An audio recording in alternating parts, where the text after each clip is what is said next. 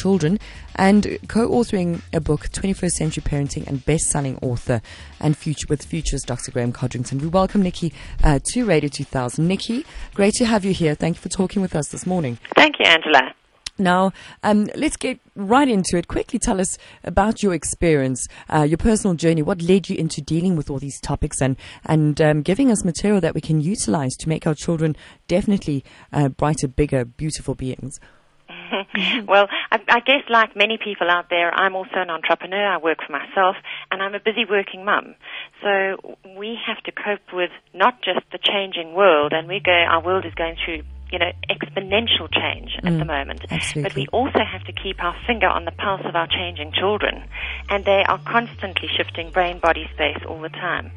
But despite our busyness, we have to consciously connect with our children today, because it's very easy for our children to be put onto our action list, our to-do list. And what often happens with items on your to-do list is they get rescheduled and reprioritized. All the time. Absolutely. All the time. And our children are in danger of falling right off the list if we don't stay awake. And every day is different. This thing about being a perfect parent and getting it right and super mum, I think it's a myth. Balance is a myth, and we need to really work. I like that. Balance is a myth. I like that. Okay. I think if we set ourselves up to be these super mums, super dads every day and get it right every day, we are setting ourselves up for instant disaster, because every day with a child is different. We're human beings. Even though we live in this very high-tech world, we need a very high-touch response, because today somebody's got a headache and someone's got a sore throat, and tomorrow you're on deadline for something at work. Every day it's different. So our response has to be creative, and it has to be effective in the moment. And despite our busyness, we have to learn how to be present for our children. I really like that. I mean, drawing from some of the reading material, the importance of making eye contact with your child. Elaborate just briefly on that for us. Hugely important. We live in a world where we're surrounded by more and more screens of one form or another, whether it be your cell phone or TV, computers, PlayStations, etc. And that goes for both parent and child. And if you find often when you're in the car with your children, you're quickly taking cell phone calls, so you don't have to make them when you get home. Multi-skill. But you're missing wonderful quality time moments with your child. And the same goes for when you go and fetch your child from school. Often that cell phone rings at that point of connection with your child as you make eye contact. And who wins? The cell phone or Always. the child? And 9 times out of 10 it's going to be your cell phone. Right. So we have to learn how to manage the media in our lives so that we can actually maximize the relationships in our lives, because childhood comes but once in a lifetime.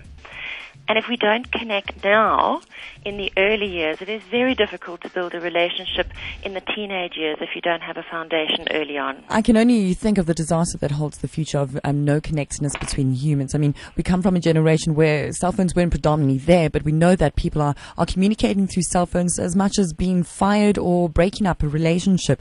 So I think the importance of what you're talking about is very real, Nikki. It is. Relationships are going to be one of the cornerstones in the future, because we're going through some big change in society. We're moving from this digital economy, this high-tech economy, into something called the connection, the relationship, or the emotion economy. And that's another reason why we feel, stop the world, I want to get off. All this change is happening, and we've just got used to one era, and now, because human history is continually moving and changing, we're moving into a new time, a new era. And that brings with it chaos, while we're going through the birth pains, in essence, of a new society. So we have to be very awake to the fact that this new era is going to be built on both real and virtual connections and relationships. But we need to teach our children the skills of the real relationships. They are completely wired for the virtual world. Absolutely. They know how to do this far better than us. Yes. But what they don't know how to do is the real high-touch, face-to-face relationship thing. And we will, in the future, do business with people we trust. So learning those emotional intelligence skills is vitally important for children.